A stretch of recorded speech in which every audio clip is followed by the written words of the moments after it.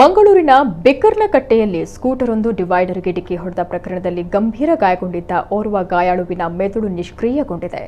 ಮೆದುಳು ನಿಷ್ಕ್ರಿಯಗೊಂಡ ಯುವಕನನ್ನ 25 ವರ್ಷದ ಧೀರಜ್ ಅಂತ ಗುರುತಿಸಲಾಗಿದೆ.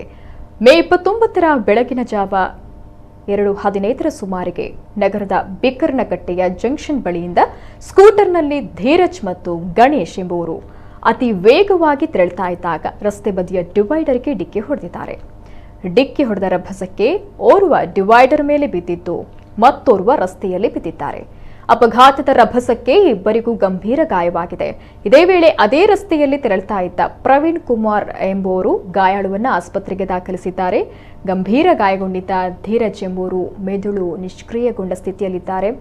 ಈ ಬಗ್ಗೆ ವೈದ್ಯರು ಕೂಡ ಮಾಹಿತಿಯನ್ನು ನೀಡಿದ್ದಾರೆ. ಅವರ ಹೃದಯ ಕವಟ ಮತ್ತು ಕಿಡ್ನಿ, ಪಿತ್ತಕೋಶ ಮುಂತಾದ ಅಂಗಗಳನ್ನು ಸದ್ಯ ದಾನ ಮಾಡಲು ಅವರ ಕುಟುಂಬಸ್ಥರು ನಿರ್ಧರಿಸಿದ್ದಾರೆ.